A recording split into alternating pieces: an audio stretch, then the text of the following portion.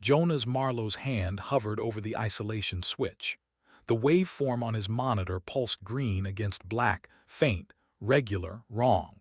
12 years analyzing deep space signals had taught him to recognize noise. This wasn't noise. This was deliberate. Behind him, the SETI array hummed as it came back online, shaking off the fog of the solar flare that had blinded Earth's eyes for half a day. Mountains stretched dark beyond the facility windows. 3 a.m. in New Mexico. The world asleep while the stars whispered secrets only machines could hear. Jonas ran the signal through the scrubbers again. The pattern held. Not alien, human. Old Earth military frequency, emergency band. The kind of thing you buried in survival kits and forgot about. Except this signal wasn't coming from Earth. It was coming from the galactic core. Jonas had been 17 when the Galactic Council made contact. Not with Earth. Earth wasn't invited. But the transmission had leaked anyway, carried across light years by accidents of physics and human stubbornness. He remembered watching the decoded message in his high school auditorium, the translated words scrolling across a projected screen while his classmates whispered and laughed and failed to understand what it meant. You are not alone. You are not ready. When you are, we will know. Humanity had spent 2 decades trying to prove itself ready, cleaned up the oceans, abolished 3 wars, launched deep space probes packed with art and mathematics and apologies for all the things humans had done to each other. Jonas had joined SETI because he believed, truly believed, that first contact would be humanity's redemption, that somewhere out there, civilizations who had learned to live without violence would see Earth's progress and open a door. The signal pulsed on his screen, steady, silent, wrong. Jonas picked up the phone. Dr. Emil Vasquez arrived first, still wearing yesterday's shirt. He stared at the waveform for 3 minutes without speaking, then ran his own analysis. Same result. He called the director. The director called someone in Washington. Washington called the Pentagon. By dawn, Jonas's monitoring station had filled with people who weren't supposed to exist. Men and women in unmarked uniforms. A woman with sharp eyes and colonel's insignia who introduced herself as Lyra Chen and didn't smile when Jonas shook her hand. "Play it again," Chen said. Jonas obeyed. The signal filled the room. Not a voice, not a message, just the pulse, on and on, a heartbeat from the void. "How long has it been transmitting?" Chen asked. "Unknown. The solar flare knocked us offline for 14 hours. It could have started yesterday or a month ago." Jonas looked at her. "But it's using our encryption. Old format military band. Someone out there has human technology." "Not someone," Chen said quietly. "We know who." She pulled up a file on her tablet and turned it toward Jonas. The image showed a simple device, wrist-mounted, utilitarian, Earth design, circa 2041. 6 years ago, General Floyd Carpenter authorized a diplomatic package for Ambassador Tran of the Thalai. First contact protocol, cultural exchange materials, star charts, and this. She tapped the image. An emergency beacon. Carpenter told Tran it was a promise. "If you ever need us, this will reach us anywhere in the galaxy." Jonas stared at the device. "You're saying Tran activated it?" "I'm saying someone did." Chen's expression was flat, controlled. Tran was at the Nexus, Galactic Council headquarters, over 500 representatives from 37 species, the beating heart of a civilization that's kept peace for 4,000 years. She'd said was. "What happened?" Jonas asked, though part of him already knew. The silence in the signal told him everything. Chen pulled up another file. "We don't know. We've been dark since the flare. No incoming transmissions, no updates from our deep space probes. But this beacon," she gestured to the waveform still pulsing on Jonas's screen. "It's not a distress call. There's no voice, no data, no request for help. Just the signal. Tran wouldn't activate this unless everything else had failed." Jonas looked at the waveform. The pulse continued, mechanical, eternal, a scream with no mouth. He's dead, Jonas said. Probably, Chen didn't soften it. Question is what killed him. They worked through the morning. Technicians triangulated the beacon's position, Nexus station, exactly where it should be. But when they tried to hail the station on standard frequencies, they got nothing. No response. No acknowledgement. No automated systems. Silence. Jonas watched Chen coordinate with people whose faces never appeared on screen. Voices from bunkers and carrier groups and orbital platforms. The machinery of Earth's military spinning up like a body responding to poison in the blood. We need to know what we're dealing with, Jonas said. Chen looked at him. We will. Deep space arrays are coming back online now. Visual confirmation in 3 hours. And if it's bad? Then it's bad. She turned back to her terminal. Get some rest, Marlowe. You've been awake for 18 hours. Jonas didn't rest. He stayed at his station, watching the signal pulse, wondering what Tran had seen in his final moments, wondering if the ambassador had known the message would reach Earth, wondering if it mattered. At 1300 hours, the deep space arrays finished their sweep. Chen's face went very still. Get Carpenter, she said. General Floyd Carpenter arrived by military transport.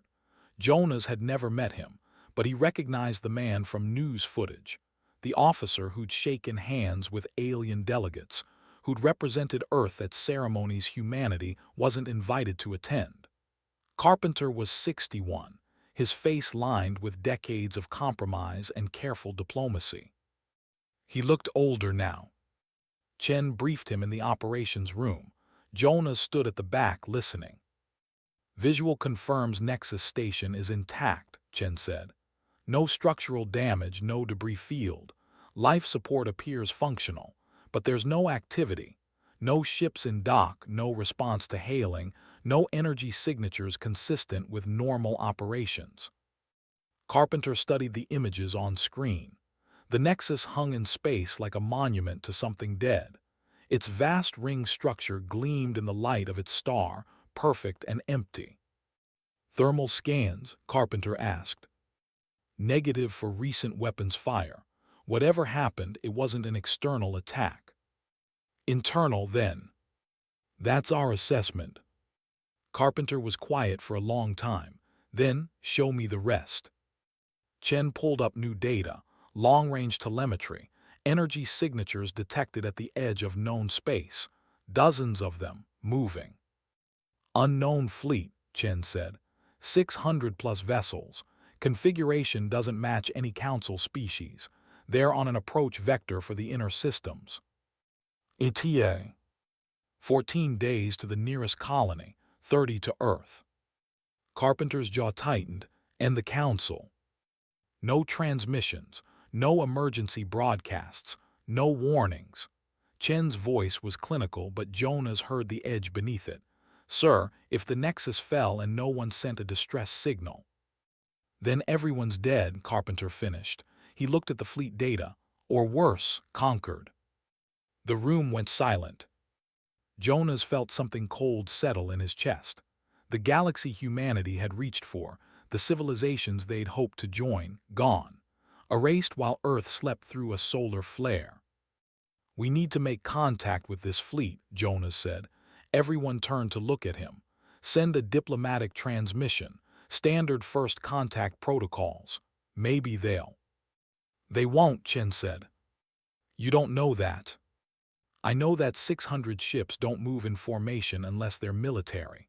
I know that the Council, thousands of ships, orbital defense platforms, species that have been spacefaring for millennia, is gone. And I know that if this fleet wanted to talk, they would have already transmitted. She looked at Carpenter. Sir, we need to assume hostile intent. Carpenter didn't respond immediately. He studied the data, the empty Nexus, the approaching fleet. His expression was unreadable. Mr. Marlowe, he said finally, you believe in diplomatic solutions. It wasn't a question, but Jonas answered anyway. Yes, sir. Why? Jonas hesitated. Because the alternative is war, and war means people die. People die either way, Chen said. Question is whether we die on our feet or on our knees. That's not, Jonas stopped, tried again. We don't know what they want, we don't know what happened at the Nexus. Maybe there's an explanation, maybe we can. Maybe, Carpenter interrupted. We're already dead and just don't know it yet. The room went quiet. Carpenter turned to Chen. What's our defensive posture? Outer colonies are vulnerable. We can evacuate core populations to Earth and Mars, but we'd need 72 hours minimum. Our fleet, she pulled up tactical displays. 14 capital ships, 43 destroyers, orbital defense platforms around Earth and Luna. We're not designed for large-scale engagement. Our doctrine assumes deterrence, not total war. Redesign it, Carpenter said. Evacuate the colonies. Recall every ship to Sol. I want weapons online and firing solutions ready before that fleet reaches the outer system. Sir, Jonas stepped forward. We should try to communicate first, send a message, explain that we're not part of whatever happened at the Nexus. We're neutral. We're alone, Carpenter said. His voice was quiet but absolute. The council that kept us at arm's length is gone. The galaxy that told us we weren't ready is burning, and a fleet we've never seen before is coming for us. He looked at Jonas. Do you really think words will stop them? Jonas wanted to say yes, wanted to believe it, but he looked at the images of the Nexus, silent, dead, abandoned, and couldn't find the conviction. I don't know, he admitted. Neither do I, Carpenter turned back to Chen. But I'm not gambling human survival on hope. Ready the fleet. Chen nodded, yes, sir. She left. The room emptied. Jonas remained, staring at his monitor where Tran's beacon still pulsed, green light against the dark. Carpenter stood beside him. He was a friend, the general said quietly. Tran, we met at a trade summit. He told me about his world, showed me pictures of his grandchildren. He paused. He believed humanity would join the council someday. He fought for it. Jonas didn't know what to say. I gave him that beacon because I wanted him to know Earth wouldn't abandon him. Carpenter's reflection stared back from the dark window. He trusted that, and when everything fell apart he activated it, called for help. We didn't answer in time, Jonas said. No, Carpenter's voice was heavy. We didn't, and now we have to live with that. He walked toward the door, then paused. Get some rest, Mr. Marlowe. When that fleet arrives, I'll need you on comms. If there's any chance for communication, any chance they'll listen, you'll be the one trying. He looked back. But understand something. I will not let Earth die because we hesitated. If words fail, we fight. And if we fight, a lot of people, human and otherwise, are going to die. I understand, Jonas said. He wasn't sure he did. Carpenter left. Jonas sat alone in the monitoring station, watching the beacon pulse. Somewhere out there, Tran's body was cooling in the wreckage of a dream, and somewhere closer, a fleet was coming. Earth had 14 days. Jonas pressed his palms against his eyes and tried not to think about what he'd have to authorize when the words ran out. The evacuation began at dawn. Jonas watched it from the observation deck of the UEDC Carthage, humanity's flagship and the closest thing Earth had to a dreadnought. 1,600 meters of reinforced hull and kinetic weaponry, built during the decade when nations still believed they might fight each other in space. Now it was all they had. Below, Mars glowed rust-red in the viewport. Transports streamed away from Olympus colony like cells fleeing an infection. 40,000 people crammed into ships designed for half that number. They'd left everything behind. Homes, belongings, the lives they'd built on humanity's first foothold beyond Earth. They're scared, Lyra Chen said beside him. She'd been assigned as the Carthage's executive officer, tactical command. Jonas had been pulled from SETI and embedded as communications director, the person responsible for making first contact if contact could be made. If they should be, Jonas said. Chen glanced at him. You don't think we can win? I don't know what winning looks like. Jonas gestured at the evacuation streams. Even if we survive, what are we surviving for? The galaxy we wanted to join is gone. The civilizations that might have welcomed us are dead. We're alone. We've always been alone, Chen said. We just didn't know it. She turned from the viewport and pulled up a tactical display on her tablet. The Sol system materialized in miniature, planets, orbital stations, defensive platforms. Red markers indicated Earth's fleet. 14 capital ships arranged in layers around the inner system. 43 destroyers scattered in patrol formations. It looked impressive until you remembered they were facing 600 unknowns. Carpenter wants you in the war room, Chen said. Intelligence has new data on the fleet. Jonas followed her through the Carthage's corridors. Crew members moved with purpose, their faces tight with concentration. Everyone knew. The evacuation had been public. The approaching fleet was public. Earth's governments had decided against hiding the truth, reasoning that panic was preferable to the chaos that would come if people discovered they'd been lied to. Jonas wasn't sure they were right. The war room was deep in the Carthage's core, surrounded by meters of armor and redundant systems. Carpenter stood at the central holotable, studying the long-range telemetry. Other officers flanked him, admirals, tactical specialists, people whose entire careers had prepared them for scenarios that were suddenly, horrifyingly real. Marlowe, Carpenter said without looking up, what do you know about the Drarath? Jonas searched his memory. Not much. One of the species we detected in early Council transmissions, mentioned in a historical context. I think they were expelled, exiled. 10,000 years ago, said Commander Oakes, Earth's chief xenologist. She pulled up an image, a massive reptilian form, scaled and armored, golden eyes burning with cold intelligence. The Drarath Imperium, apex predators. They conquered 17 systems before the Council formed specifically to contain them. The war lasted 600 years. When it ended, the Drarath were pushed beyond the rim and forbidden from Council space. Jonas stared at the image. The creature looked built for violence, nothing soft, nothing uncertain. You're saying this fleet is Drarath, Jonas said. Long-range analysis confirms biosignatures consistent with historical records, Oakes said, and their ships match fragmentary descriptions from Council archives. They waited 10 millennia for the Council to weaken, and then they struck. How do we know the Council weakened? Because, Carpenter said quietly, they're gone. 4,000 years of peace made them soft, made them forget what they were containing. He looked at Jonas. The Drarath don't negotiate. They don't compromise. They see the universe as a hierarchy of strength and they believe they're the apex. Jonas felt his stomach turn.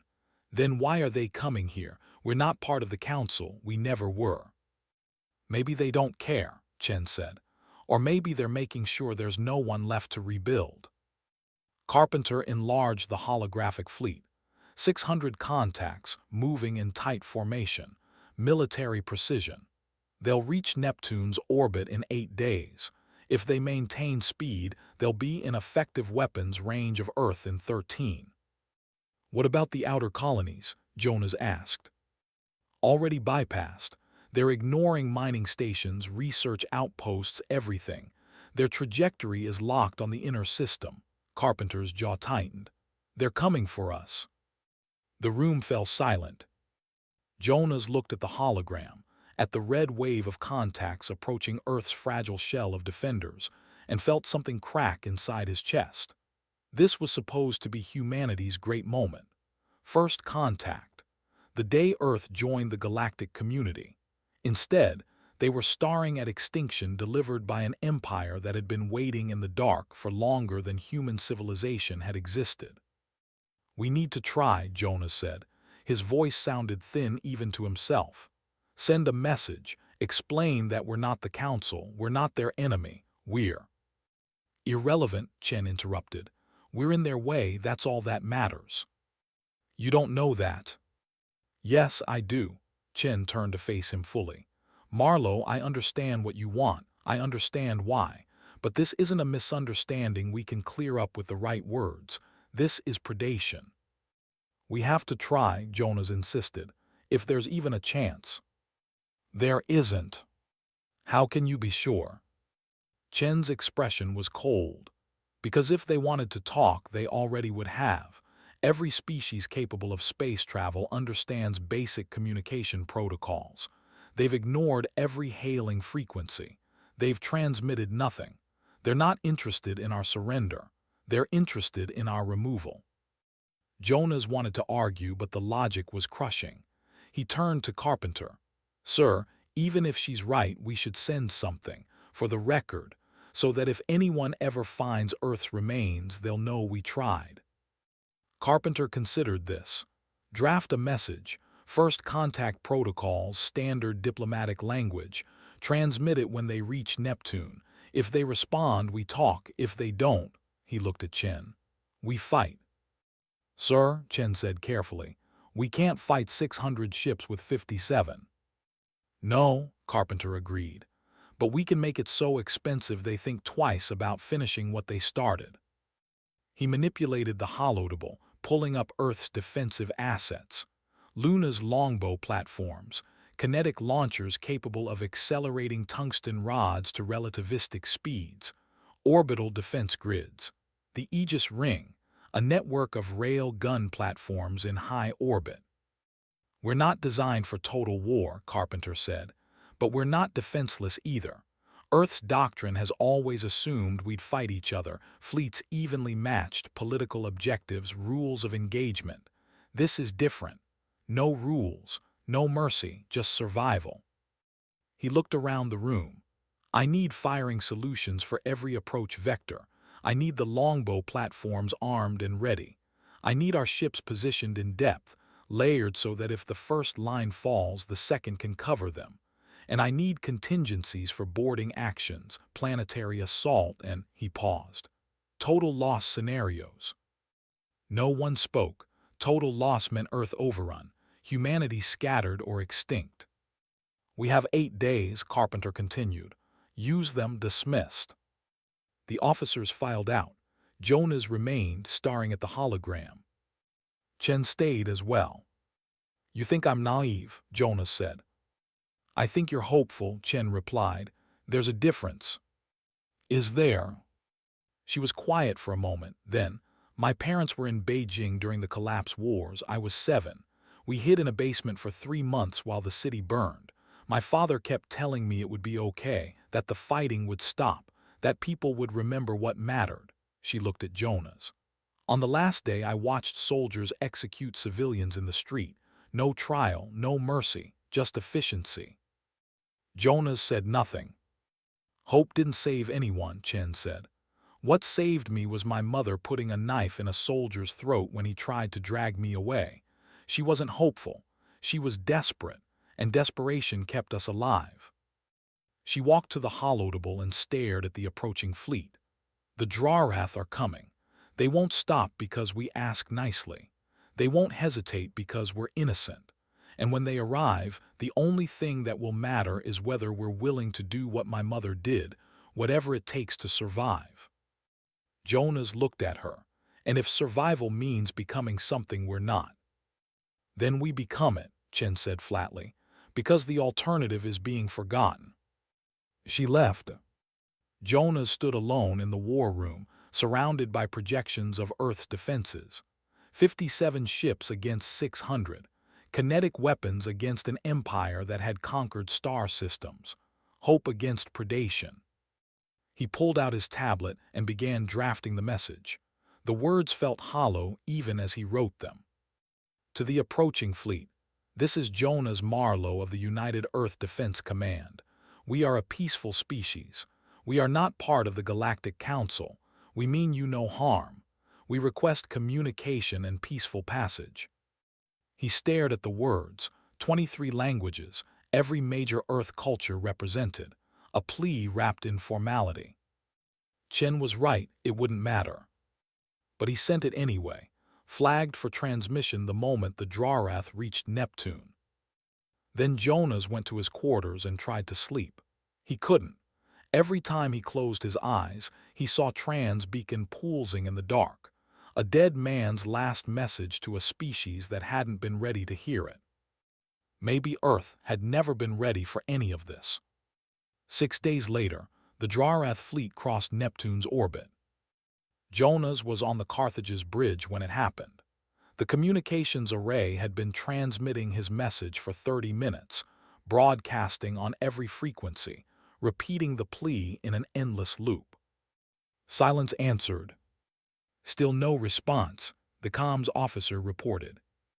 Carpenter stood at the command station, arms crossed, time to weapons range. 4 days, 18 hours, Chen said from tactical. Any change in their formation? Negative, they're ignoring the message entirely. Jonas watched the tactical display. The red contacts advanced like a tide, unstoppable and indifferent. Earth's message washed over them and vanished into the void without acknowledgement. They're not even listening, Jonas said quietly. No, Carpenter agreed, they're not. Sir, Jonas turned. We should try again, different approach, different language. Marlowe, Carpenter's voice was gentle but absolute. It's over, they've made their position clear. They haven't made any position, they haven't said anything. Exactly, Carpenter looked at him. Silence is a position, it means we don't matter enough to acknowledge. The words hit Jonas like cold water. He wanted to argue, to insist there had to be another way, but the truth was undeniable. 6 days of transmissions, 6 days of silence. The Drarath were coming, and they didn't care what humanity had to say. All ships, Carpenter said, battle stations, execute defensive formation Delta 7, activate the Aegis ring and bring longbow platforms to standby. The bridge erupted into controlled chaos. Officers shouted coordinates. Screens filled with tactical data. The Carthage's engines rumbled as it moved into position, joining the other capital ships in a layered defensive shell around Earth. Jonas watched it happen, feeling numb. Chen appeared beside him. You did what you could. It wasn't enough. It never is, she handed him a headset. You're on fleet-wide comms now. When the shooting starts, you'll be coordinating damage reports and tactical updates. Can you do that? Jonas took the headset. His hands were shaking. I thought I was here to make first contact. You did, Chen said. They chose not to answer. Now you're here to help us survive what comes next. She walked away, already issuing orders. Jonas put on the headset and listened to the chatter. Captains reporting readiness, weapons officers calibrating firing solutions, evacuation transports still fleeing Mars. Humanity's entire military apparatus preparing for a battle they couldn't win. On his console, Tran's beacon still pulsed. Jonas had kept it running, a private vigil for a friend he'd never met. The signal had traveled across light years to reach Earth. It had arrived too late to save the Council, but just in time to warn humanity. Maybe that was Tran's real gift. Not salvation, but warning. A chance to die on their feet instead of being surprised in their sleep. Jonas pulled up the tactical display and marked the Drarath fleet's estimated arrival time. 4 days, 17 hours. Not enough time to pray, barely enough time to prepare. He opened a channel to Carpenter. Sir, request permission to draft a planetary broadcast. If this goes badly, people should know what happened, why we fought. Carpenter was silent for a moment. Granted, keep it short, and Marlowe. Sir, make it true. Jonas closed the channel and began writing. Not a plea this time, not hope. Just the truth. We tried, we failed, we fought anyway. Outside the Carthage's viewports, Earth hung in the darkness, fragile and blue and utterly alone. Humanity's first war with the galaxy was 4 days away. And Jonas Marlowe, who had spent his life believing in peaceful contact, was going to help make sure it was as bloody as possible. The Drarath fleet arrived like a scar across the stars. Jonas saw them first as red blooms on the tactical display, 600 contacts dropping out of FTL at the edge of Earth's defensive perimeter. Then the visual feeds came online, and he saw them with his own eyes.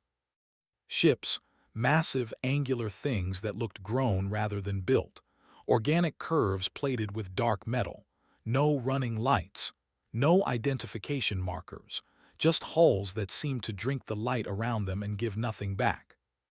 Fleet composition analysis, Carpenter ordered. Chen worked her console.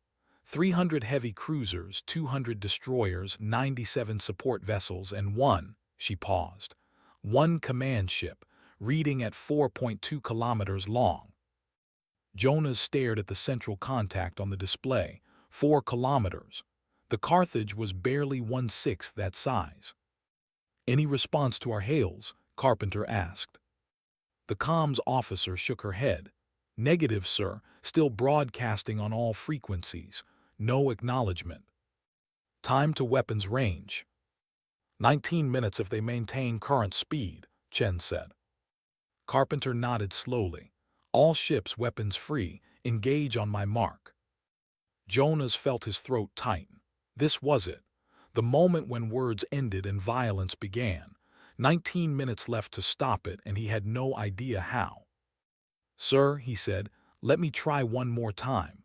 Direct transmission to their command ship. Personal appeal, not just protocols. Marlowe. Please. Jonas heard the desperation in his own voice and didn't care. We've tried diplomatic language. Let me try human. Let me tell them who we are, what we're fighting for, maybe. Carpenter held up a hand. The bridge went silent. 2 minutes, the general said. You have 2 minutes to make them care. After that, we fight. Jonas opened a direct channel, routing it through every amplifier the Carthage had. His words would reach that command ship loud and clear. He took a breath. This is Jonas Marlowe of Earth. I know you can hear me.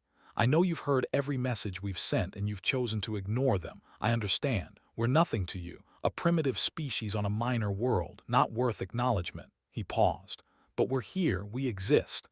And if you destroy us, you won't just be eliminating a potential threat. You'll be erasing something that has never existed before and will never exist again.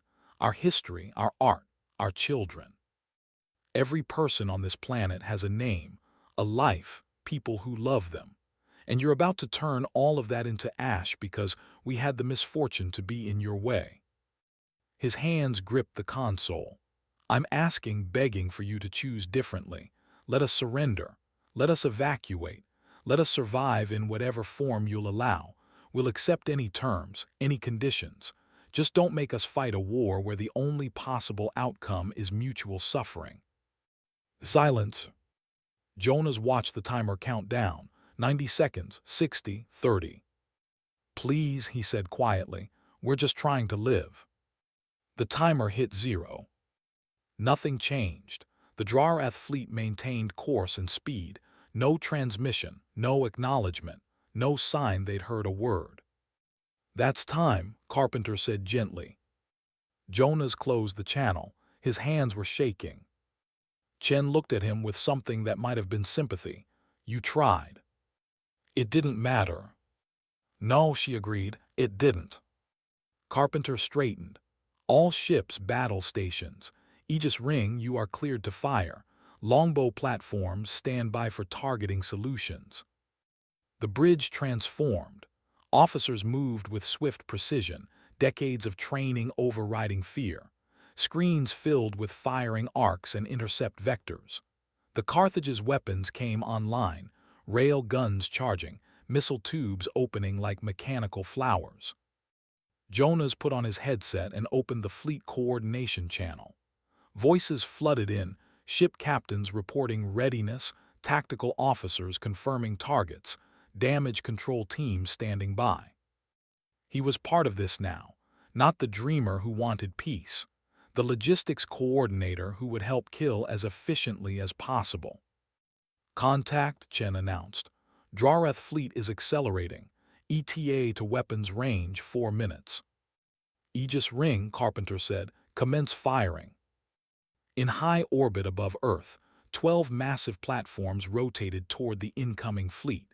Magnetic accelerators charged with a hum Jonas felt more than heard, transmitted through the Carthage's hull. Then they fired. Tungsten slugs, each one the size of a telephone pole, launched at a significant fraction of light speed. No warheads, no explosions, just mass and velocity, the oldest weapons in the universe dressed in modern engineering. The slugs crossed the distance in seconds. Jonas watched the tactical display. The first impacts registered as small flashes against the Drawrath formation. One destroyer took a direct hit, its hull fragmenting. Another cruiser shuddered as a slug tore through its flank. 2 ships out of 600. Minimal effect, Chen reported. Their armor is thicker than projected, adjusting firing solutions. The Aegis ring fired again. More impacts, more flashes. 3 more Drawrath ships damaged, 1 destroyed outright. The fleet didn't slow. They're not even maneuvering, Jonas said. They're just absorbing the hits. Because they can afford to, Chen said grimly. We're mosquitoes, annoying but not a threat. 2 minutes to their effective range, the tactical officer called out. Carpenter's jaw tightened. All ships prepare for evasive action, launch interceptor drones. Across the human fleet, bays opened. Thousands of small autonomous drones poured out, forming a defensive screen between Earth's ships and the approaching Drawrath. Smart mines, point defense platforms, anything that might blunt the coming assault. It wouldn't be enough. Jonas knew it, everyone knew it. 1 minute, tactical announced. The Drawrath fleet finally responded. Their weapons lit up, plasma cannons that glowed like captured stars, missile batteries that vomited ordnance by the hundreds. The entire formation opened fire at once, and space itself seemed to scream. Brace, Chen shouted. The first wave hit the drone screen. Explosions bloomed in chain reactions, each detonation triggering others. The defensive cloud vaporized in seconds, buying Earth's fleet perhaps 30 seconds of time. Then the real barrage arrived. The UEDC Relentless, a destroyer positioned on the outer defensive layer, took 17 direct hits. Its shields, such as they were, flared and died. Plasma carved through armor like a torch through paper. The ship broke apart, scattering debris and bodies into the void. Relentless is gone, Jonas reported, his voice somehow steady. No survivors. More impacts. The cruiser Indomitable staggered as missiles detonated against its hull. The destroyer Valiant lost engines and began to drift. All across the defensive formation, human ships shuddered under fire they'd never been designed to withstand. Return fire, Carpenter ordered. The human fleet answered. Rail guns hammered, filling the space between the formations with hypersonic death. Missiles streaked toward Drawrath ships, their warheads seeking vulnerabilities. The Carthage's main batteries roared, each shot sending shudders through the deck. Jonas watched the tactical display transform into chaos. Red and blue icons merged and scattered. Status reports flooded his headset. Damage, casualties, ships reporting critical failures. Destroyer Endeavor is venting atmosphere. Cruiser Thermopylae requesting permission to fall back. Medical emergency on the Vigilant, multiple casualties. Jonas coordinated responses, routing calls to the right departments, maintaining the fragile thread of communication that kept the fleet functioning. His hands moved automatically while his mind tried not to process what he was seeing. Hundreds of people dying, thousands, ships that had taken years to build reduced to scrap in minutes. And the Drawrath kept coming. They're not slowing, Chen said. They're going to break through our line. Carpenter studied the tactical display, his expression carved from stone. Pull back the outer ships, tighten formation around Earth, make them fight for every meter. The fleet responded, damaged ships limping back toward Earth while fresh vessels moved forward to fill the gaps. But there weren't enough. There had never been enough. A Drarath cruiser exploded as a rail-gun slug found its reactor. Then another. Human crews cheered, brief moments of triumph in a tide of horror. But for every Drarath ship destroyed, 3 human vessels died. "Sir," Chen said quietly, "we can't sustain this. At current casualty rates, the fleet will be combat ineffective in 40 minutes. "I know," Carpenter said. "We need to use longbow." Jonas looked up sharply. Longbow, the kinetic platforms on Luna. Weapons designed for planetary bombardment, capable of hitting targets anywhere in the solar system with tungsten rods traveling at relativistic speeds.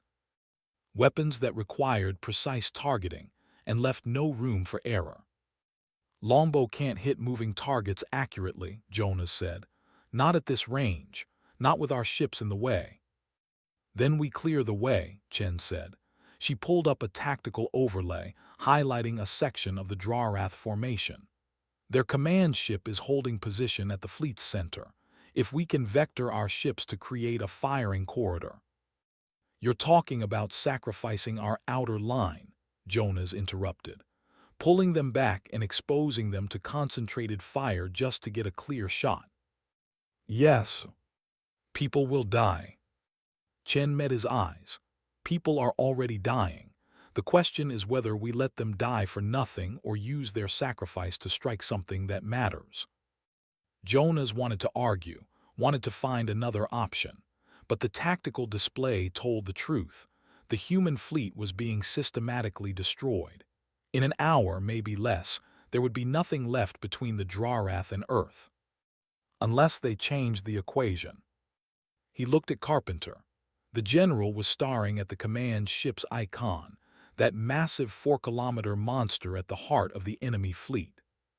"Sir," Jonas said quietly, "if we do this, if we use longbow, there's no going back. We'll be committing to total war." "We committed the moment they ignored your message," Carpenter said. He straightened. "Chen, coordinate with the fleet, pull back outer vessels and create a firing corridor. Longbow Station, this is Carthage Actual. Prepare for fire mission on enemy command ship." A new voice crackled through the comms, Commander Hayes from Longbow Control on Luna. "Carthage, be advised. Longbow is designed for static targets. A moving ship this size at this range, our accuracy will be compromised." "Understood," Carpenter said. "Fire anyway. Authorization code Carpenter Ralpha 79er. Execute on my mark." Jonas felt something cold settle in his chest. This was the moment, the point where hope ended and desperation began. Where Jonas Marlowe, who had spent his life believing humanity could be better, authorized weapons designed to shatter moons against a species they'd never met. "Sir," he said, "request permission to be the one who gives the authorization." Carpenter looked at him. "Why?" "Because I tried diplomacy, I tried peace, and it failed." Jonas's hands tightened into fists. "If we're doing this, if we're becoming this, I want to carry it, not you." For a long moment, Carpenter said nothing. Then he nodded. "Mr. Marlowe," he said formally, "you are authorized to command longbow strike on enemy command vessel. Execute when ready." Jonas opened the direct channel to Luna.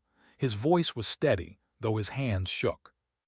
"Longbow Control, this is Jonas Marlowe, UEDC Carthage.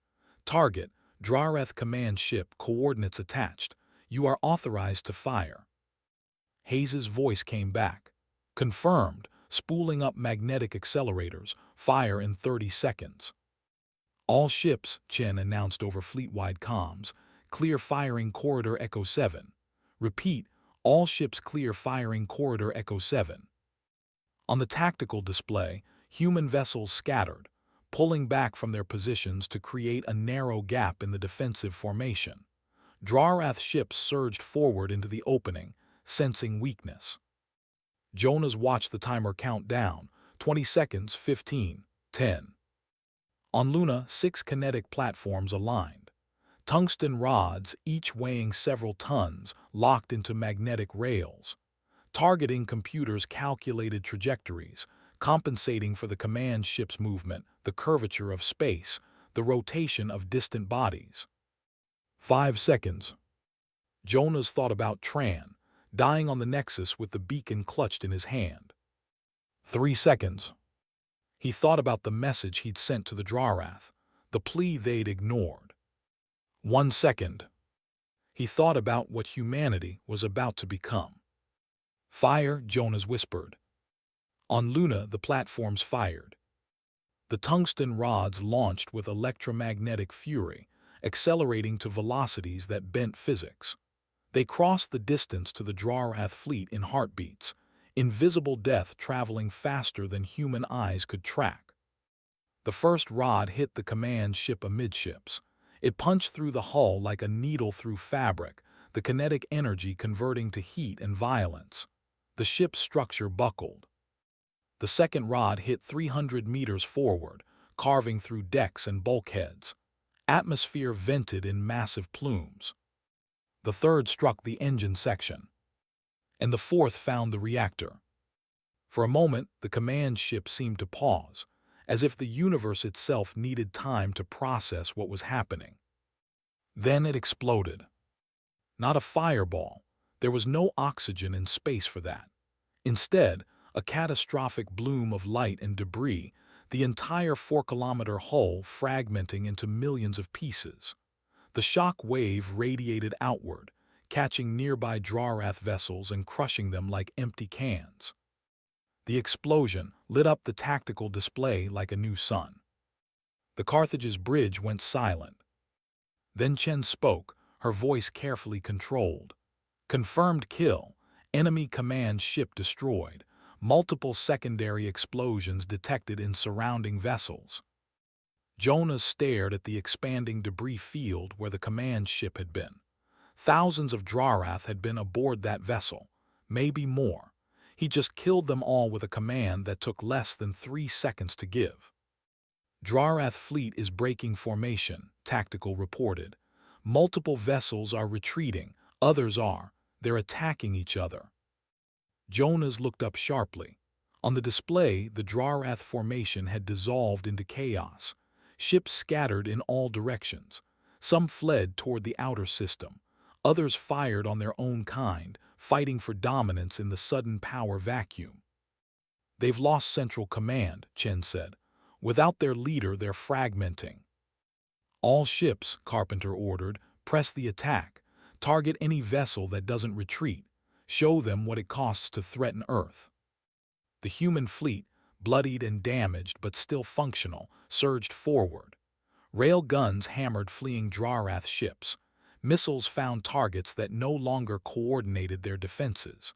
What had been a losing battle minutes ago transformed into a rout. Jonas watched it happen, feeling numb. They were winning, humanity was winning. And all it had cost was becoming the thing they'd feared. The battle didn't end cleanly. For 6 more hours, human ships hunted Drarath stragglers through the outer system. Some vessels surrendered, broadcasting distress signals in languages Earth's computers couldn't translate. Others fought to the last, plasma cannons firing until their hulls breached and their crews died in vacuum. Carpenter ordered no quarter. Jonas coordinated the killing from his station on the Carthage, routing targeting data and damage assessments while trying not to think about what each confirmed kill represented. Ships full of living beings. Crews who'd followed orders, who'd believed in their empire's strength, who were now dying because humanity had learned how to hit back. By the time the last Drarath contact vanished from the tactical display, Jonas felt hollow. Final count, Chen reported to Carpenter. Her voice was hoarse from hours of continuous command. Enemy losses: 462 ships confirmed destroyed, 81 disabled, 57 escaped to FTL. Our losses: 14 ships destroyed, 19 crippled beyond repair, 10 salvageable with extensive dock time. Jonas did the math automatically. 3,200 human casualties, maybe more when they finished pulling bodies from damaged vessels. The Drawreth had lost tens of thousands. "Secure from battle stations," Carpenter said. "All ships maintain defensive posture. I want patrols on the outer system and salvage teams on the disabled enemy vessels. Anything we can learn about their technology, I want it." Officers began implementing the orders. The controlled chaos of battle gave way to exhausted efficiency. Carpenter turned to Jonas. "You should rest." "I'm fine, sir." That wasn't a suggestion. The general's voice was gentle but absolute. "You've been coordinating fleet comms for 9 hours straight. Chen will handle the cleanup. Go." Jonas wanted to argue, but his body betrayed him. His hands were shaking. His eyes burned. When he stood, his legs felt uncertain, as if they'd forgotten how to support his weight. He nodded and left the bridge. The corridors of the Carthage were quieter now, the urgency replaced by grim determination. Medical teams rushed past carrying stretchers. Damage control crews worked on scorched bulkheads. Everyone moved with the efficiency of people who'd survived something they shouldn't have. Jonas found his quarters and sealed the door behind him. The small room felt suffocating. He sat on his bunk and stared at the wall. On his tablet, messages waited. Updates from Earth's governments. Casualty lists from the fleet. A planetary broadcast Carpenter had authorized, telling Earth's population they'd won. Jonas pulled up the footage from the longbow strike. The targeting camera had captured everything in perfect detail. The tungsten rods streaking toward the command ship. The impacts. The explosion that had torn a 4-kilometer vessel into debris. He'd given that order, pressed the authorization, spoken the word that had killed thousands. And he'd do it again. That was the worst part. Given the same situation, the same impossible choice, he'd make the same decision because the alternative was Earth's extinction. Jonas closed the footage and pulled up another file, his draft message to the Drawrath, the plea they'd ignored. "We're just trying to live." How naive that sounded now. How childish. As if survival was about trying, about good intentions and peaceful wishes. The Drawrath had taught him the truth. Survival was about being willing to do what your enemy wouldn't expect, about finding the thing they thought was safe and destroying it so completely they forgot how to fight. Someone knocked on his door. "Come in," Jonas said. Lyra Chen entered. She looked as exhausted as Jonas felt, her uniform streaked with grime and dried sweat. She sat on the chair across from his bunk without asking permission. "Carpenter wants you back on the bridge in 6 hours," she said. "Drawrath prisoners are being interrogated. He thinks you should hear what they say." "Prisoners?" Jonas repeated. "I thought we weren't taking any." "We weren't, but 3 ships surrendered intact after their command structure collapsed. Crew complement of about 200 total." Chen leaned back. "Xenology teams are trying to establish communication. It's not going well." "Why not?" "Because the Drawrath don't have a concept for surrender. Their language doesn't have the word. When we boarded their ships, half of them killed themselves rather than be captured. The ones who didn't are," she paused. "They're confused, broken, like they can't process what happened." Jonas thought about the command ship fragmenting. The empire that had conquered star systems, reduced to chaos by a single decapitation strike. "They thought they were invincible," he said. "They were," Chen replied. "For 10,000 years they were the apex. They'd beaten everyone who stood against them. And then a species they'd never heard of, a primitive backwater, killed their leader and shattered their fleet." She looked at Jonas. "We didn't just win. We broke something fundamental in how they see the universe." "Good," Jonas said. The word came out harsher than he intended. Chen studied him. "You did what you had to do." "I know." "Then why do you look like you want to crawl out of your skin?" Jonas laughed, a bitter sound. "Because I spent my whole life believing humanity could be better, that we'd outgrown the violence, that when we finally met other civilizations, we'd prove we deserved a place among them." He gestured vaguely at the wall. Instead, our introduction to the galaxy was efficient mass murder. The Drawrath came here to exterminate us, Chen said flatly. You think they would have hesitated. You think they would have agonized over whether killing us was morally justified. No, but I thought we were supposed to be different. We are different, Chen leaned forward. We tried diplomacy first. We sent messages, we pleaded, we offered surrender. They ignored all of it. We didn't choose this war. They did. All we chose was not to die quietly. Jonas wanted to believe that, wanted to draw a clean line between Earth's defensive violence and the Drawrath's predation. But the line felt blurry, smudged by the reality of what he'd authorized. How many did I kill? He asked quietly. With the longbow strike, how many Drawrath were on that command ship? Chen was silent for a moment. Estimates say between 5 and 8,000. 5 to 8,000. Jonas felt the number settle in his chest like a stone. I gave that order in less than 3 seconds, he said. Didn't hesitate, didn't ask for confirmation, just fired. Because you had to, Chen said. Because if you'd hesitated, if you'd spent time agonizing over it, our fleet would have been destroyed and Earth would be burning right now. You made the hard call. That's what command means. I'm not command. I'm a communications analyst who wanted to make first contact. You are command now. Chen's voice was hard. The moment you authorized that strike, you became responsible for everything that came after. And yes, that includes the deaths. The Drawrath you killed, the humans you saved. You carry all of it. Jonas looked at her. How do you live with that? By remembering why I did it. She stood. Get some rest, Marlowe. Tomorrow, we start figuring out what the galaxy looks like now that the Drawrath know we're here. She left. Jonas sat alone in his quarters, the weight of 5 to 8,000 deaths pressing down on him. He pulled up the casualty lists from the human fleet and began reading names. Officers and crew, engineers and pilots, people who'd followed orders and died because Earth had been in the wrong place at the wrong time. Specialist Chen Torres, UEDC Relentless, age 24. Lieutenant Amir Akoy, UEDC Indomitable, age 31. Commander Patricia Hayes, UEDC Valiant, age 47. The list went on, pages and pages of names, each one a person with a story, a family, a life that had ended in fire and vacuum. Jonas read them all. It took hours, but he read every single name.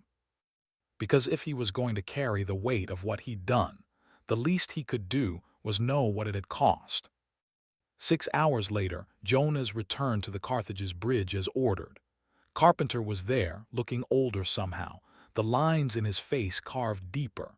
Chen stood at tactical, coordinating salvage operations. Other officers moved through their duties with mechanical precision, running on training and stimulants. Marlowe, Carpenter said, you're just in time. Xenology has established basic communication with the Drawrath prisoners. We're about to hear their perspective. He activated the main display. An image appeared, one of the Drawrath survivors, restrained in a medical bay. The creature was massive even sitting down, scaled flesh covered in wounds. Its golden eyes stared at something off-camera with an expression Jonas couldn't read. A translator's voice came through, filtered and uncertain. Subject identifies as Subcommander Vorath, third-tier officer aboard the destroyer Talon's Edge. He's agreed to answer questions. Carpenter leaned forward. Ask him why they attacked Earth. The translator relayed the question. Vorath's response came in harsh, guttural sounds that the computer struggled to process. Finally, words appeared as text on the screen. Because you exist. Jonas felt something cold in his stomach. Ask him, Carpenter said carefully, if the Drawrath would have accepted Earth's surrender. Another exchange, another translation.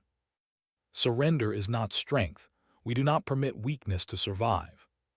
So if we'd submitted peacefully, you would have been removed efficiently. The bridge went silent. Chen spoke first. He's saying they would have killed us regardless. Surrender or resistance, it didn't matter. Ask him, Jonas said, his voice tight. What happens now? We destroyed their command ship. Their fleet is scattered. What does the Imperium do next? Voreth's eyes focused on the camera when the question was translated. His jaws parted slightly. A gesture Jonas suspected was the Drarath equivalent of a smile. The translation came through. The Imperium endures. You have shown strength. This is acknowledged, but strength invites challenge and the Imperium does not tolerate equals. You will be hunted. Not now. Not soon. But eventually you will face the full weight of our civilization, and your small victory will be forgotten in the ashes of your world. Jesus, someone whispered. Carpenter's expression didn't change. Ask him how long we have. Years, perhaps decades. The Imperium is vast. Your system is insignificant, but you have demonstrated threat capability. That cannot be ignored. The transmission ended. Voreth was led away, his massive form filling the medical bay doorway. Jonas stared at the empty screen. They'd won. They'd driven back an empire that had conquered 17 star systems, and the prize was a death sentence delivered on a delayed schedule. So we bought time, Chen said. That's something. Time to do what? Jonas asked. Build more ships, fortify the system. The Drarath have had 10,000 years to perfect warfare. We have what, decades if we're lucky, to catch up to an empire that spans hundreds of worlds. Then we use those decades, Carpenter said. His voice was calm, absolute. We build, we prepare. We find allies if any still exist. And if the Drarath come back, we make them pay for every meter they take. He turned to face the bridge crew. The council that kept us out is gone. The civilizations that called us too primitive are extinct. We're alone in a galaxy that's proven itself hostile, but we're alive. And as long as we're alive, we have a chance. Jonas wanted to believe him, wanted to find hope in survival, but all he could see was the future Voreth had described, decades of preparation followed by annihilation. Earth had won a single battle. The war was just beginning. Sir, Chen said, we're receiving a transmission from the outer colonies. They're asking for fleet protection during reconstruction. Grant it, Carpenter said. Dispatch destroyers to escort supply convoys. Prioritize military production facilities and deep space monitoring stations. Orders flowed. The bridge returned to its rhythm of controlled efficiency. Jonas stood at his station, listening to the chatter of a species that had just learned it was prey.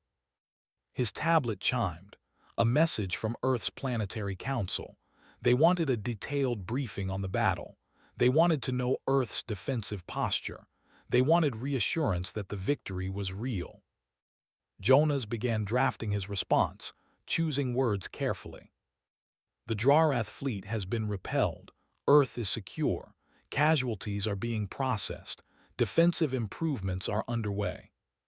He didn't mention Voreth's promise. Didn't mention that this victory had merely delayed extinction. Let Earth celebrate while it could. Let them believe they'd won something more permanent than time. The door to Carpenter's office opened. The general gestured for Jonas to enter. Inside, the office was sparse. A desk, a few personal items, a viewport showing the curve of Earth below. Carpenter poured 2 glasses of whiskey and handed one to Jonas. You did well, the general said. I killed thousands of people. Yes, you did, Carpenter didn't soften it. And if you hadn't, billions would have died. That's the math of command. You weigh lives and make choices that leave scars. Jonas took a drink, the whiskey burned. Tran believed humanity would join the council someday, Carpenter continued. He believed we'd prove ourselves worthy. He died trying to warn us, and we survived because we became exactly what the council feared, a species willing to use violence without hesitation. Is that supposed to make me feel better? No, Carpenter looked out at Earth. It's supposed to help you understand what we are now. We're not the idealistic species reaching for the stars anymore. We're survivors, and survival doesn't care about worthiness. Jonas thought about his message to the Drawrath. We're just trying to live. He'd been right in a way. They were trying to live, and living required becoming something he barely recognized. What happens now? Jonas asked. Now, Carpenter smiled, bitter and tired. Now we prepare for the day the Drawrath come back. We build ships. We train soldiers. We turn Earth into a fortress that even an empire will think twice about attacking. He paused. And we hope that when they finally arrive, we've become strong enough to make them regret it. Jonas finished his whiskey and set the glass down. I want to be transferred, he said. Carpenter raised an eyebrow. Where? Xenology, intelligence, anywhere that's trying to understand what we're up against. Jonas met the general's eyes. I authorized the strike that saved Earth. That means I'm responsible for what comes next. I need to make sure it wasn't for nothing. Carpenter studied him for a long moment. Then he nodded. Request granted. You'll work with Commander Oakes. Learn everything we can from the Drawrath prisoners and salvage. Find our weaknesses. Find theirs. He extended his hand. Welcome to the long war, Mr. Marlowe. Jonas shook his hand. Through the viewport, Earth turned slowly against the stars. Fragile. Blue. Utterly alone in a galaxy that had just learned humanity knew how to kill. And somewhere in the debris field beyond Mars, among the wreckage of 600 Drawrath ships, a small piece of melted technology tumbled through vacuum. Trans beacon, recovered from the command ship's ruins. Silent now. Its message delivered. Its warning heard too late to save the Council, but just in time to save Earth. Jonas wondered if Tran would have considered that victory. He suspected the ambassador would have said the same thing Carpenter did.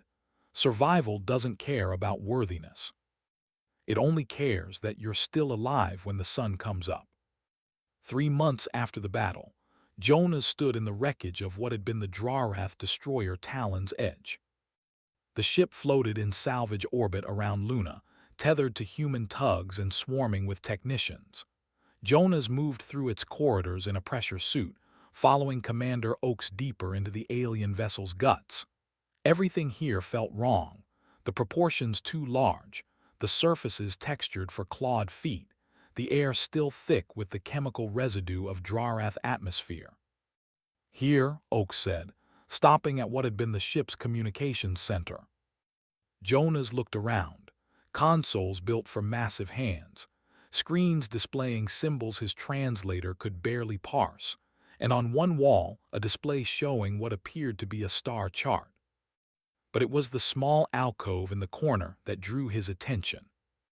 Inside, carefully preserved behind transparent shielding, were objects, trophies, fragments of technology and culture from species the Drawrath had conquered. Jonas recognized some of them from Council records, crystalline data cores from the Thalai, organic circuit arrays from the Valorians, fragments of art and engineering from civilizations that no longer existed. And there near the back, half-melted but unmistakable, Tran's emergency beacon. Jonas stared at it through the shielding. The small device that had traveled across light years, that had reached Earth during a solar flare, that had given humanity just enough warning to survive. They took it from his body, Oakes said quietly. Trophy from the Nexus massacre. The Xenology team found it during inventory. Jonas reached out, his gloved hand hovering over the shielding. He couldn't touch it, couldn't reclaim it. The beacon was evidence now, part of Earth's growing archive of Drawrath capabilities and psychology. But looking at it, Jonas felt something shift inside him. For 3 months, he'd been drowning in intelligence reports and strategic assessments, learning about the Drawrath Imperium structure, their weapons, their philosophy. Every report painted the same picture. Earth had won a single battle against an empire that controlled hundreds of systems. The math was impossibly against them. And yet, That beacon had reached Earth, against astronomical odds, through a solar flare that should have blocked it at exactly the right moment. Tran had died, but his final act had saved billions. "Commander," Jonas said, "have we finished analyzing the Drawrath communication logs?" "Most of them." Oaks pulled up her tablet. "Why?" "I want to know what they said about Earth, before the battle, what they thought we were." Oaks scrolled through files. "Here, translated excerpts from fleet briefings. The Drawrath command structure classified Sol system as..." She paused. "They classified us as negligible resistance, non-spacefaring primitives, estimated time to subjugation, less than 1 solar rotation. They thought we'd last less than a day. They thought we wouldn't fight at all." Oaks looked up. "The briefings mention Earth exactly 3 times, always in the context of cleanup operations after the primary conquest was complete. We were an afterthought." Jonas absorbed this. The Drawrath had come to Sol expecting to brush aside a primitive species barely capable of defending itself. Instead, they'd lost their command ship, half their fleet, and the psychological certainty that had sustained them for 10,000 years. "What else?" Jonas asked. Oaks pulled up another file. "Post-battle analysis from the surviving ships. This is interesting. The Drawrath don't have a word for surprise in the context of warfare. Their language assumes perfect information and execution. But after we destroyed their command ship, their communications broke down into what the translators flag as conceptual errors." "Meaning what?" "Meaning they couldn't process what happened. Their entire worldview is built on the idea that strength is absolute and measurable. They assess an opponent's capability and respond with overwhelming force. It's worked for them for millennia." Oaks met his eyes. "We broke that model. We were supposed to be weak, but we killed their strongest. That's not just a tactical defeat, it's a philosophical crisis." Jonas thought about Vorath, the prisoner who'd promised eventual destruction. The Drawrath warrior had been confident Earth would be hunted down, but beneath that confidence, Jonas had seen something else. Uncertainty. Fear, maybe, though he doubted the Drawrath had a word for that either. "They'll come back," Jonas said. "Vorath was clear about that." "Yes, but they'll be different when they do." Oaks gestured at the trophy alcove. "Every species they've conquered is represented here. 37 civilizations reduced to fragments in a display case. And now Earth's here too, but not as wreckage, as proof they're not invincible. That makes us a bigger threat. Or a bigger deterrent." Oaks closed her tablet. "The Drawrath operate on strength hierarchy. We demonstrated strength. That means they have to recalibrate where we fit in their universe, and recalibration takes time." Jonas looked back at the beacon. Tran had given Earth that time.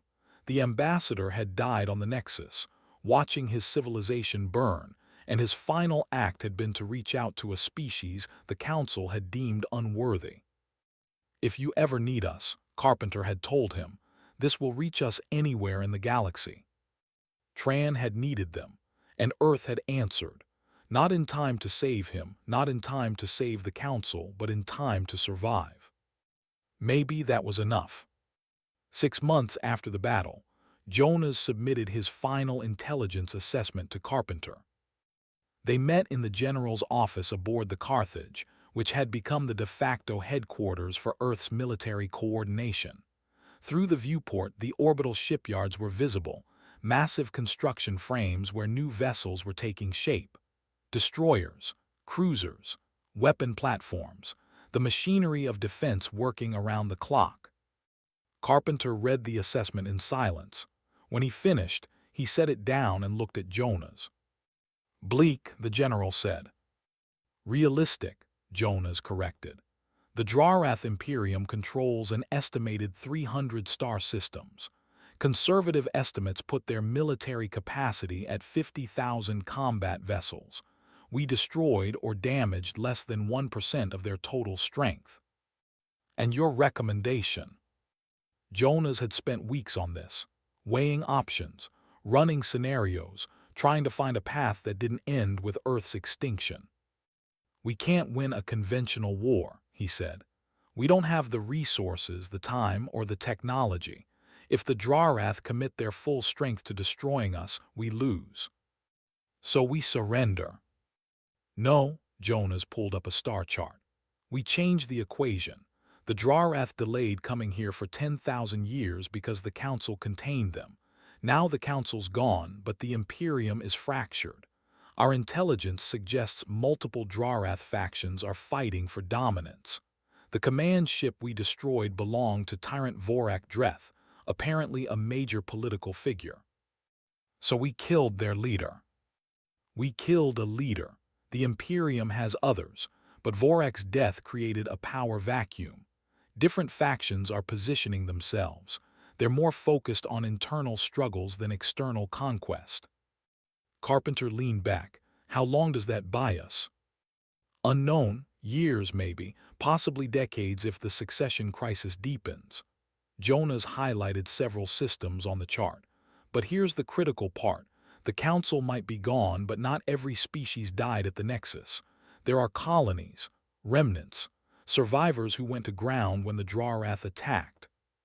You want to find them." "I want to try. We can't beat the Drarath alone. But if there are other survivors, species who remember what cooperation looks like, maybe we can build something. Not a council. That's gone. But an alliance. A coalition of species who refuse to be removed." Carpenter studied the star chart. "That's a long shot." "Everything about Earth's survival is a long shot, sir. We shouldn't exist. We should have been destroyed 6 months ago, but Tran gave us warning and we used it." Jonas gestured at the shipyards outside. "We're already building the fleet, already preparing for war. This just adds another dimension, diplomacy alongside deterrence." "You really think other species will work with us? We're the primitives who got lucky once." "We're the primitives who killed a Drarath tyrant and shattered his fleet," Jonas corrected. "That makes us either dangerous or useful, possibly both. Either way, we're worth talking to." Carpenter was quiet for a long time. Then he smiled, a tired expression but genuine. "When you first contacted the Drarath," he said, "you tried to convince them we were worth sparing. It didn't work." "No, sir." "Maybe you were talking to the wrong audience." Carpenter stood. "Assemble a team. Xenologists, diplomats, anyone who can help establish contact with potential survivors. You'll have access to our fastest ships and priority resources. Find me allies, Marlowe, or at least find me anyone who hates the Drarath as much as we do." Jonas felt something unfamiliar stir in his chest. Not hope exactly. Hope felt too fragile for what they faced, but purpose maybe, direction. "Yes, sir." He turned to leave, but Carpenter called him back. "Jonas," the general rarely used his first name, "what you did 6 months ago, authorizing that strike, you carry that, don't you?" Jonas nodded. "Good," Carpenter said. "Never stop carrying it. The moment you forget what it cost, the moment you stop counting the dead, you become the thing we're fighting against. Command means making impossible choices, but it also means remembering why those choices matter." "I'll remember," Jonas said quietly. "I know you will." Carpenter extended his hand. "Make them count for something." They shook. Jonas left the office and made his way through the Carthage's corridors. Crew members nodded as he passed. He'd become a known figure after the battle. The analyst who'd given the order. Some looked at him with respect, others with something closer to fear. Jonas understood both reactions. He reached his quarters and sealed the door. On his desk, a small object sat in a preservation case, a fragment of Tran's beacon, recovered from the Talon's edge and given to him by Oaks. Officially, it was evidence that should have stayed in the archive. Unofficially, Oaks had decided Jonas had earned the right to keep it. He picked up the case and turned it over in his hands. The beacon's circuits were melted, its transmitter destroyed. It would never send another signal, but it had already said everything it needed to say. We tried, we failed, someone will come. Tran had been right, someone had come, just not in time to save him. Jonas set the case down and pulled up his terminal. He had work to do, teams to assemble, missions to plan, a galaxy to explore that was darker and more dangerous than anyone had imagined. But somewhere out there, in the ruins of the Council's civilization, there might be others like Earth, species who'd survived when they shouldn't have, species who'd learned that survival meant becoming something harder than they'd wanted to be. And if Jonas could find them, if he could bring them together, maybe, they could build something the Drawrath would have to respect. Not peace, that dream had died with the Council. But mutual survival, a coalition of species too dangerous to remove, too stubborn to surrender, too willing to make the Drawrath pay for every system they tried to claim. It wasn't the future Jonas had wanted. It wasn't the galaxy he'd dreamed of joining. But it was the galaxy they had, and Earth would face it the way it had faced everything else, by refusing to die quietly. 1 year after the battle, a small exploration vessel departed from Luna's shipyards. The UEDC Horizon was nothing like the warships that now dominated Earth's fleet.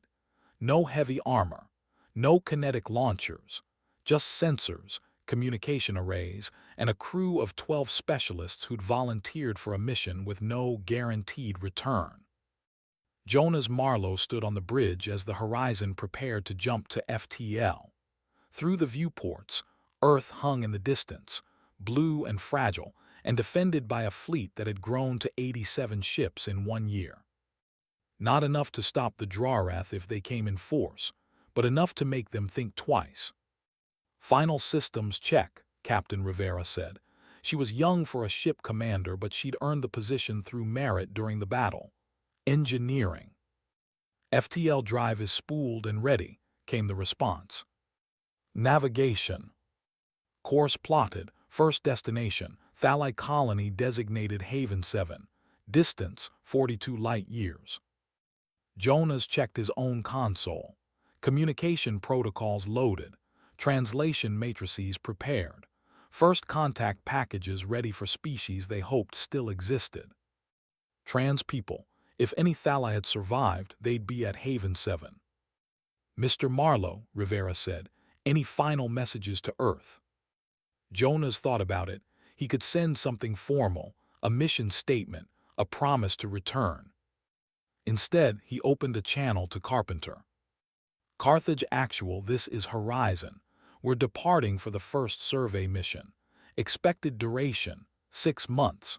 We'll maintain communication when possible, but understand we'll be dark for extended periods."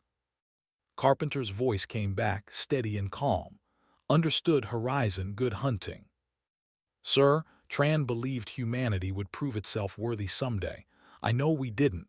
I know we failed that test, but maybe," Jonas paused, "maybe there's still a way to honor what he believed in, find the survivors, build something, not the council he wanted, but something that fights back." Silence for a moment, then, "He'd be proud of you, Jonas, make it count." The channel closed. Rivera looked at her crew, all stations ready. Confirmations came back from every position. "Then let's go find out if we're alone." She nodded to navigation. "Jump."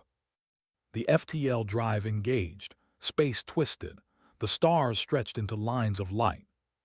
And the UEDC Horizon left Sol system behind, carrying with it a fragment of hope wrapped in steel and determination. Jonas watched Earth disappear from the viewports. The world that had raised him, that had survived when it shouldn't have, that had learned to fight because the alternative was extinction.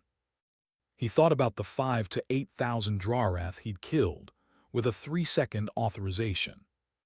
He thought about the 3,000 humans who died defending their home. He thought about Tran, clutching a beacon with his last breath, sending a message to a species that hadn't been ready to hear it. And he thought about what came next. The galaxy was darker than anyone had hoped. The civilizations that might have welcomed humanity were dust. The empire that hunted them was vast and patient and utterly ruthless.